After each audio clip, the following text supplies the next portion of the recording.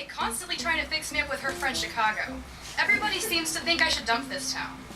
But Iowa City is a great place. Really. You just don't understand him like I do.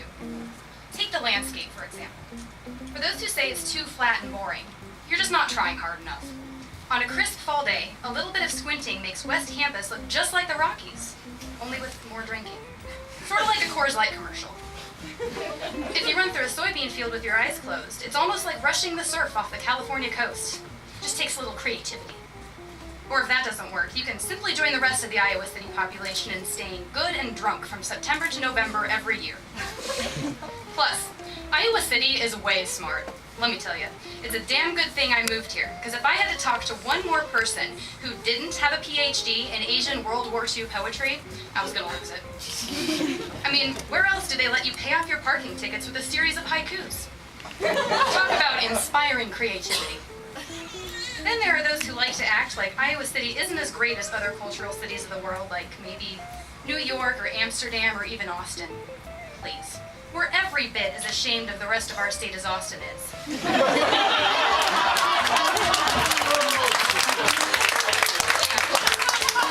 We've definitely got one up on Amsterdam, since Iowa City prostitutes are free. That is, if you don't count the cover charge for brothers. So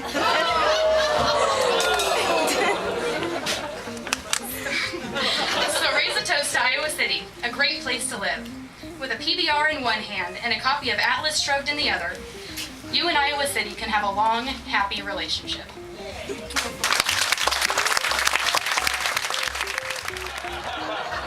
Perhaps this is why the U of I's English and Philosophy building resembles a Stalinist bunker. A library, a Dickensian workhouse from some dystopian future. The architects must have made them intentionally ugly and oppressive, so as to drive students out to the world where their real education will take place. In a way, we are all both students and teachers. You learn from the vagrant passed out of your line, as he learns from you when you call the police.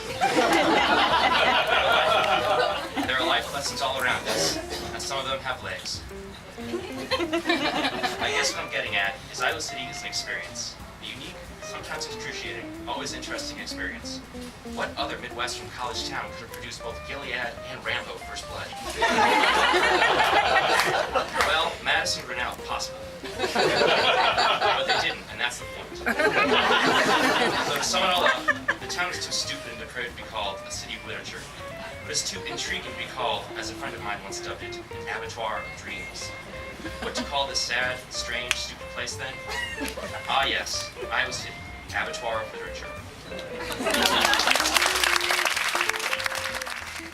If you live in Iowa City, you've probably been to a Cuban-themed party thrown by an Argentinian couple who are moving to Laos. If you live in Iowa City, you probably know the difference between an oncologist, ophthalmologist, and entomologist, and may even have dated all of the above. If you live in Iowa City, you have been charmed by adorable children playing in the fountain at the Penn Mall.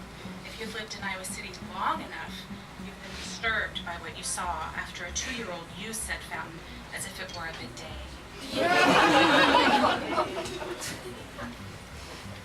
If you live in Iowa City, you have suffered at the hands of snooty kids from the Chicago suburbs who have decided to experiment with employment.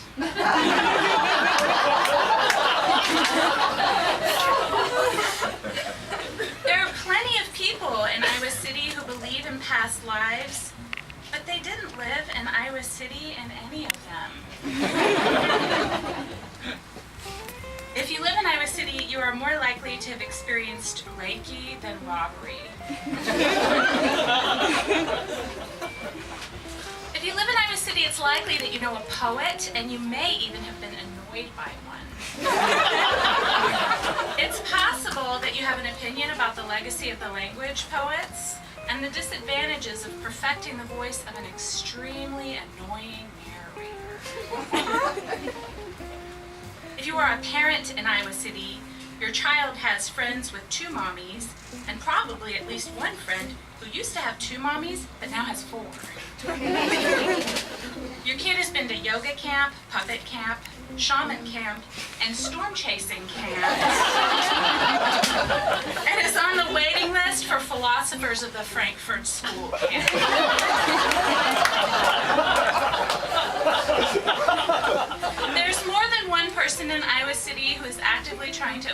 another hour-long conversation with their neighbor about the tone of the third section of the introduction to her second dissertation. If you shop in Iowa City, you may be wondering exactly what water the waterfront Hy-Vee is referencing.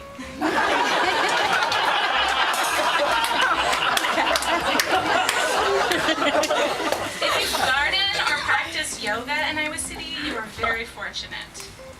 If you want to talk about gardening or yoga in Iowa City, you are also very fortunate. And if you don't want to talk about yoga or gardening in Iowa City, you are much less fortunate.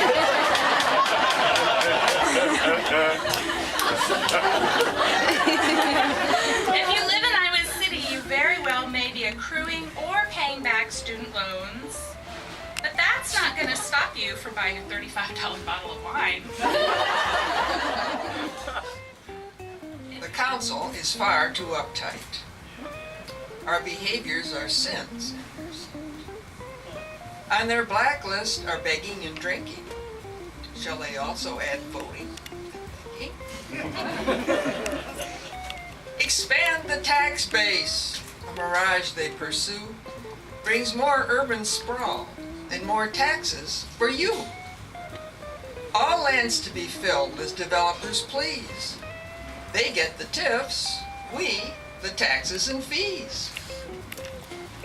This town's not as smart as some people figure. If it were, we'd be raising a stink that's much bigger. Is a sideshow billed as a pocket Athens, humid and ancient. Come ogle and copulate with the freaks. Come confer and philosophize with the scholars. Come with your brooms and clear the streets.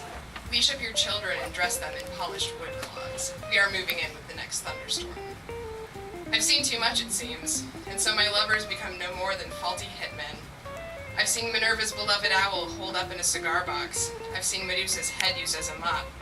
But I'll tell you, friends, the floors of the gin joint never sparkled like that again. I've seen St. Margaret's eyes burned out by angels, so the goddesses walk blind, so the goddesses bend their knees to receive their just punishments. But now they are disciplined. Now they tend to the children without even the slightest complaint.